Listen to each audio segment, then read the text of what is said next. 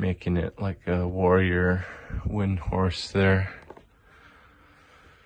This painting took me about 3 years. Oh, and afterwards you see there's a gloss on it, which is epoxy, so it's basically bulletproof. This is a painting I highly prize. The next painting I'm going to show you is of Mount Everest, the north face. I traveled through Tibet for a month and was able to see the north face of Mount Everest. That's a picture of the north face, which is very different than the south face. Next picture I'm showing you is of the Baie Marseille. Paul Cézanne was famous for painting many versions of this landscape, but this is an original by myself. It's 6x3. Next painting I'm going to show you is called Butterfly Beach. It's a place in Montecito, California, where I grew up, and it's by the Biltmore. And I was actually going to do a full landscape of it and then put mantras over it, and then my mother saw it and showed it to a friend of hers who was boarded the mat, and she said don't put a nurse stroke on it, so I left it alone. It's 4x5, I believe. I'm gonna walk you through. My gallery is in my house. I paint and work out of my house. This next painting is called Aspens in the Wind. Oil on canvas, of course.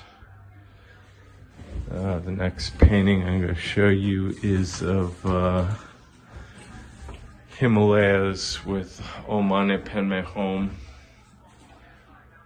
overlaying. The next painting I'll show you I call Escape from Samsara in a gold frame. And that's a sacred Kala Chakra symbol of the Dalai Lama. Finally, I'll take you to a piece that I call Tibet TV, which has the Yvonne in the middle in the orange, and in the yellow and the red you have E and Von, which represent sacred meanings in the Tibetan tradition. I'll show you. This is from the Tantric Path of Indestructible Awakeness from Chongyang Trungpa. In the middle of the book, he explains these characters, which will take me a second to find for you guys, but here we go. This is Yvonne. It's a very profound teaching, which I wouldn't bother you with, but most of my paintings involve the mixture of sacred iconography from the East, Hindu, Buddhist, and Tantra. And through that, I overlay usually on a landscape of some sort, so that it brings more meaning than just a landscape of a mantra would in itself. I just want to read it. So the first character you see here in the yellow, it's called Vam, unchangeable nature. The first syllable is Vam.